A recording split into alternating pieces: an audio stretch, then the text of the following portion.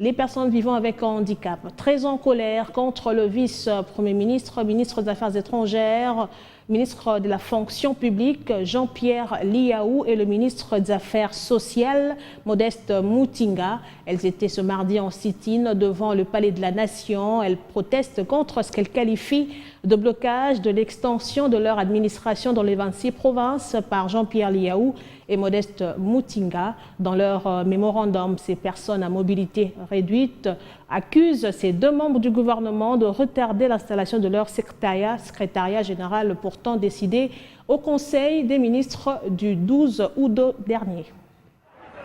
Plus d'une centaine de personnes vivant avec handicap et autres personnes vulnérables ont envahi les devants du Palais des Nations ce mardi pour exprimer leur mécontentement au président de la République.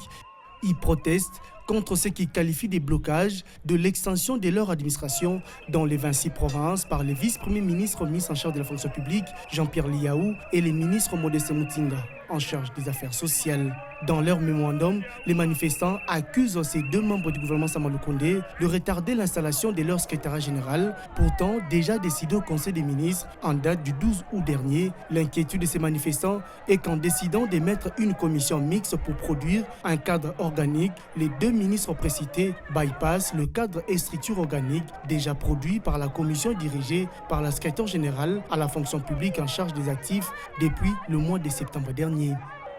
Ce travail, d'après les PVH, est le fruit des experts du ministère de la fonction publique, du ministère des Affaires sociales et ceux du cabinet de la ministre déléguée en charge des PVH et APV. Elles disent ne pas comprendre pourquoi les deux ministres veulent encore mettre une commission pour le même travail dont le rapport existe sur leur table.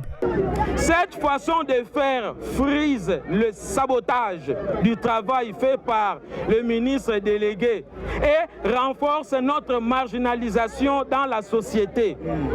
Tout en affirmant notre soutien et reconnaissance au président de la République, demandons ce qui suit. Au président de la République, chef de l'État, garant du bon fonctionnement des institutions, d'instruire aux différents membres du gouvernement d'arrêter de s'écarter de sa vision sur l'inclusion sociale. Ces personnes vivant avec handicap et autres vulnérables demandent au président de la République d'instruire les différents membres du gouvernement d'arrêter de s'écarter de sa vision sur l'inclusion sociale et de reconnaître le cadre de structure organique du secrétariat général des personnes vivant avec handicap déjà validé par tous les experts en septembre dernier et au Premier ministre d'instruire ces deux ministres de ne pas engager une double dépense pour le même travail déjà validé.